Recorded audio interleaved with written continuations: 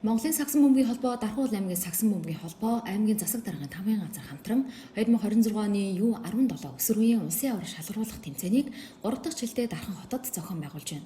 Тэмцээнд эмэгтэй 17, эрэгтэй 45, нийт 62 багийн 800 гаруй тамирчид өрсөлдөж байгаа юм. Тоглолтод өнөөдрөөс эхлэн 4-р сарын 22-ны өдөр хүртэл Дархан United Arena, биеийн тамир спортын газрын спорт залуудаар явагдана. Бүгдээрээ нь өдрийн мэнд хүргэе. Монголын сагсан бөмбөгийн холбоо жил болгон улсын аваргуудаа 4-өөс 5-ыг 8 орон нутагтаа явуулдаг. Тэгээд Дархан аймаг маань энэ жил одоо бараг 3 дахь улсын аварга шалгаруулах тэмцээнийг авж байна. Энэ жилийн онцлог гэвэл яг хуу мэдээж өмнөх шигээ бас олон багууд орж байгаа. Эрэгтэй 45, эмэгтэй 17 баг. Гэхдээ багуудыг харахад бол ер нь гадаад дасгалжуулагчтай багууд их харагдаж байна. Эрэгтэй эмэгтэй багууд дээр. Тэгэхээр нэг жилийн дараа ч юм уу систем бас илүү сайжрах байх гэж бодож байна.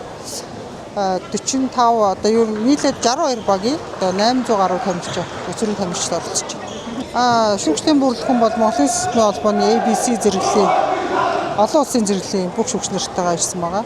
Тэмцээнийг Дархан нэхийн хувьцат компани 18 дахь жилдээ ивент тэтгэн ажиллаж байна. Нийт баг тамирчдаа амжилт хүсье.